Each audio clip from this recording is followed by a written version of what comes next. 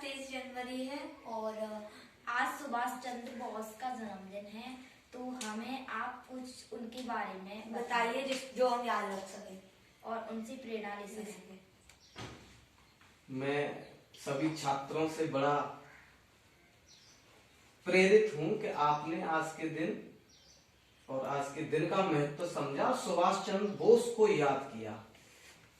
प्यारे बच्चों, मैं आपको बताना चाहूंगा, सुभाष चंद्र बोस हमारे देश की शान थे।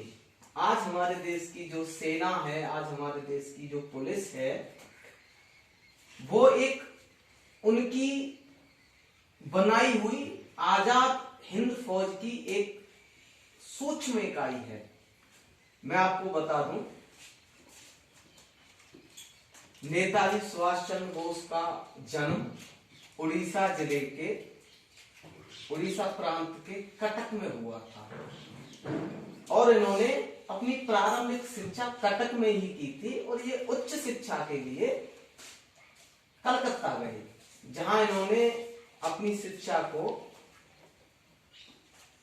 काफी अच्छे पैमाने पर, जब अंग्रेजों का राज था तो इन्होंने अपनी शिक्षा को सही दिशा दी और इन्होंने अपनी योग्यता को ICA की परीक्षा साबित करके भी किया, जो उस समय की सबसे बड़ी परीक्षा थी ICA। उन्होंने ICA की परीक्षा भी पास की। तत्पश्चात इन्होंने अपने स्वाभिमान की वजह से इन्होंने अंग्रेजों की नौकरी नहीं की।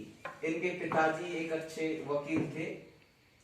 इसके बाद इन्होंने गांधी जी के असहयोग आंदोलन में भी भाग लिया और जिसकी वजह से ये जेल भी गए और सन 1939 ईस्वी को 1939 में इनको कांग्रेस का अध्यक्ष भी बनाया गया। लेकिन अब कांग्रेस थी, गांधी जी के विचार जो थे वो अहिंसावादी थे और इनके विचार क्रांतिकारी। अहिंसावादी विचार और क्रांतिकारी विचारों का आपस में मेल नहीं हो सका, इन्होंने कांग्रेस भी छोड़ दी और ये जर्मनी चले गए।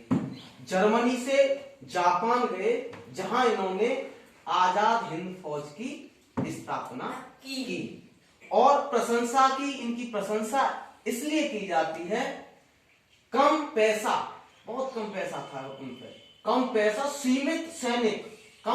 और सीमित सैनिकों से भी इन्होंने आजाद हिंद फौज की स्थापना की और अंग्रेजों का डटकर मुकाबला किया। इनके क्रांतिकारी जो विचार थे, एक कॉलेज में एक अंग्रेजी अध्यापक ने हिंदी विद्यार्थियों पर कुछ अभद्र टिप्पणी कर दी तो इन्होंने उस अध्यापक को थप्पड़ जड़ दिया। तब से इनके विचार बड़े क्रांतिकारी और उग्र हो गए। लेकिन इन्होंने सही रूप से भारत को पूर्ण स्वराज्य, पूर्ण आजादी दिलाने की सही रूप से पूर्ण कोशिश की।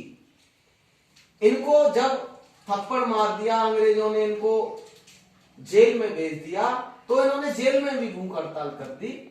उसके बाद इनको घर में ही नजरबंद कर दिया गया।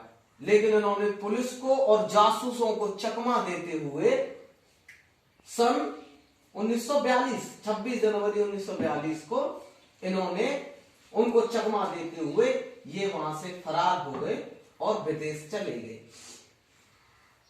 इन्होंने तुम मुझे खून दो मैं तुम्हें आजादी दूंगा, दिल्ली चलो, जय हिंद जैसे नारों से युवाओं में जोश भर दिया और आजादी की जो ज्वाला थी, जो ठंडी पड़ी हुई थी, लोग